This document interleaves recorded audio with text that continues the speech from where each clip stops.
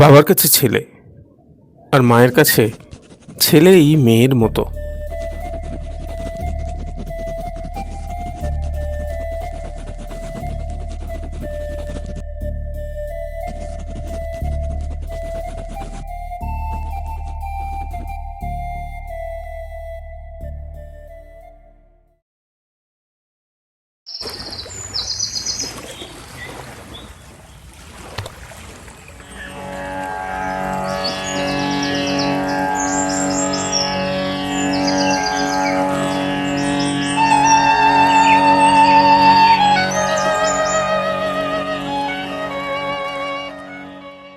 আমাদের দুই ভাইয়ের আবদার ছিল মায়ের কাছে।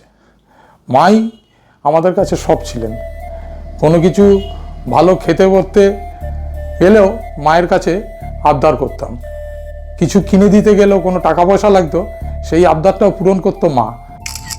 ইনি বড় ছেলে, দাদা। ছোটবেলায় বাবা মার সঙ্গে অনেক ছবিই আছে দাদার। সমিতের ছবিও ছিল, তবে দেখতে পাবেন না, কারণ সবই যে ফ্রক পরা ছবি। হ্যাঁ, ফ্রক পরা, সেগুলো দেখাতে লজ্জা পায়।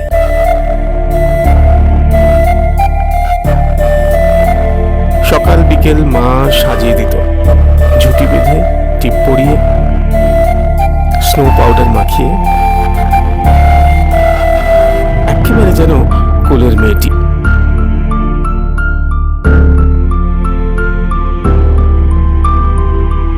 অনেক মাই তো চান ছেলে হোক, আর এই মা বোধহয় চাইতো একটা মেয়ে হোক।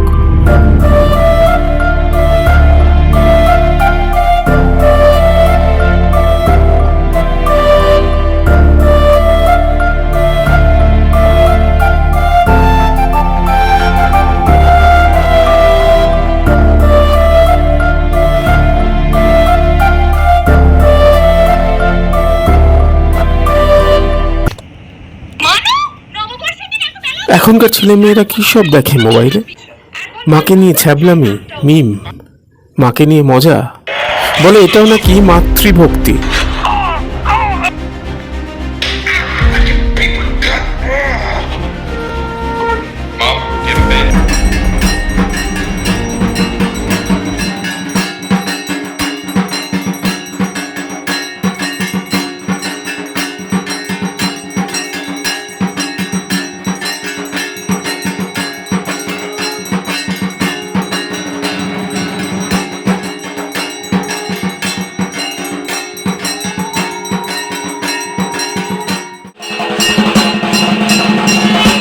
জননী জন্মভূমিশ্চ স্বর্গাদপি গরীয়সী।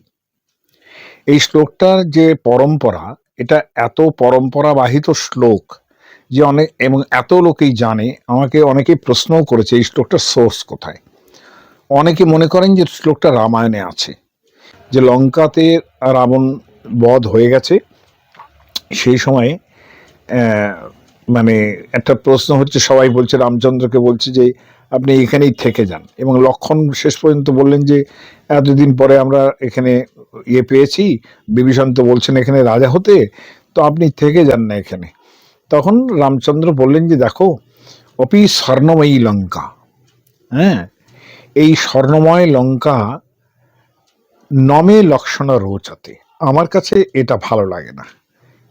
এই হচ্ছে প্রথম লাইন। তারপরের লাইন হচ্ছে জননী জন্মভূমিশ্চ স্বর্গাদপি গরীয়সী। আমার জননী কৌশল্যা, আমার জননী কৈকেয়ী এবং সুমিত্রারা যেখানে আছেন, এবং আমার যে দেশ অযোধ্যা, আমার কাছে এটা স্বর্গের থেকেও বড়।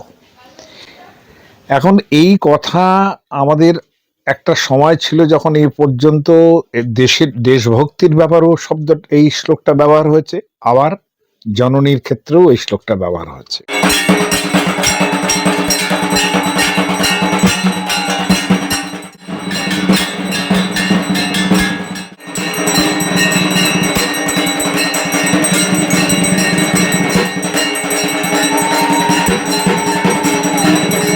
মাকে দেখতাম লাল পাড়ের সাদা শাড়ি পরে পুজো দিতে আসতেন, কলকাতা থেকে আরম্ভ করে সমস্ত কিছু দেখতাম মা করতেন।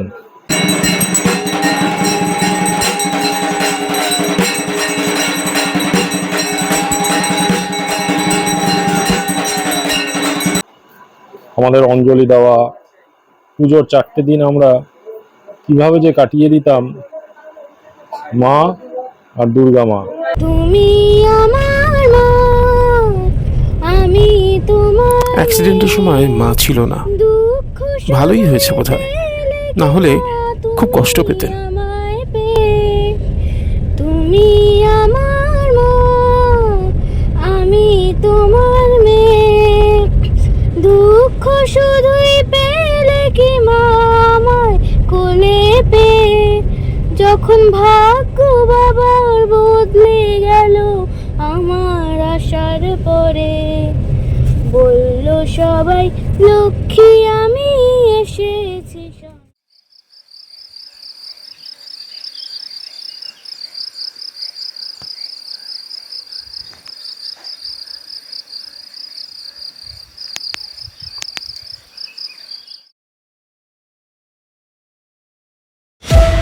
স্বপ্নে এখনো 11-এর ক্লাসরুম, পরীক্ষার সাদা খাতা,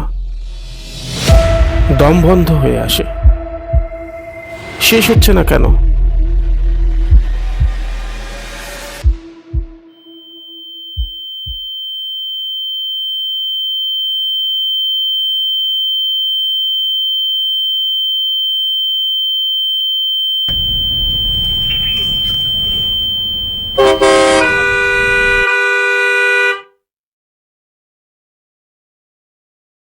আমার তখন হায়ার সেকেন্ডারি, তখন বয়স আমার 18। এই 18 বছর বয়স অবধি মাকে পেয়েছি আমি। 11ই জানুয়ারি 1995 সাল মা চলে গেলেন।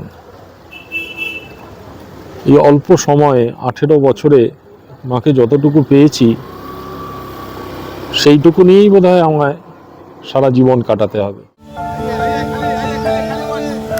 অ্যাক্সিডেন্টের পর বাবাই জোর দিয়েছিলেন। বাবাকে পেয়েছেন সমিত, মাকে কম পাওয়ার আফসোস থেকেই গেছে বোধহয়, তাই এখনো খুঁজতে থাকেন, ক্রাচে ভর দিয়ে খুঁজতে থাকেন।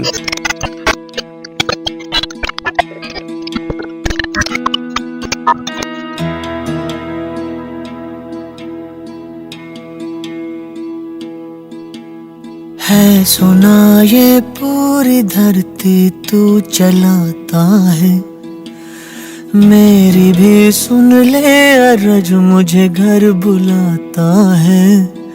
भगवान है कहाँ रे तू, है खुदा है कहाँ रे तू। है सुना तू भटके मन को राह दिखाता है, मैं भी खोया हूँ मुझे घर बुलाता है। भगवान है कहाँ रे तू, है खुदा है कहाँ रे तू। কিছুদিন আগে আমার মা চলে গেছেন, তো সুতরাং এখন আমি তো সেইভাবে একা। সেই মানে ভরসার জায়গাটা কিন্তু রবীন্দ্রনাথই আমাকে মানে সাপোর্ট করার জায়গা। আমার দিদিমা শান্তিনিকেতনের, এবং আমার দিদিমার বাবার নাম মানে বাবাকে রবীন্দ্রনাথ ঠাকুর নিয়ে এসেছিলেন শান্তিনিকেতনে, এবং দিদিমার ঢাকা নাম থেকে। রেখেছিলেন স্বয়ং রবীন্দ্রনাথ। তাই জন্য উনি মানে আমাকে ঘুম পাড়াতেন রবীন্দ্রনাথের গান গেয়ে, ঘুম থেকে তুলতেন। মানে আমার মায়ের নামকরণ করেছিলেন স্বয়ং রবীন্দ্রনাথ, বিথিকা আমার মায়ের নাম।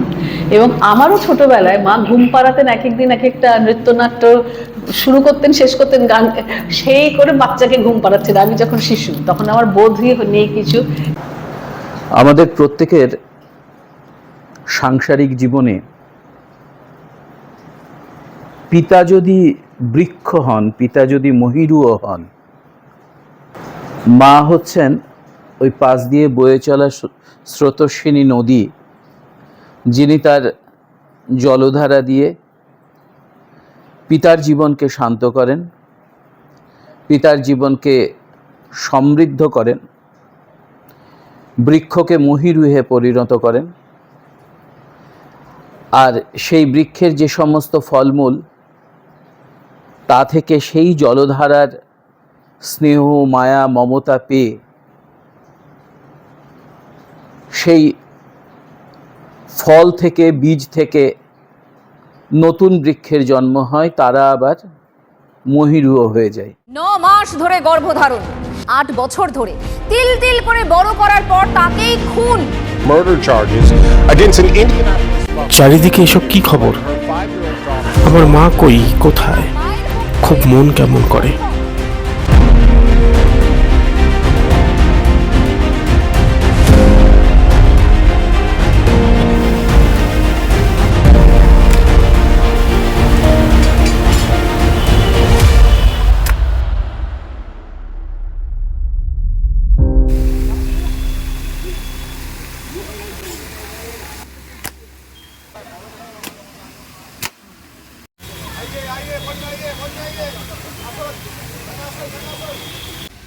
মা আসে, আবার চলে যায়, থাকে না।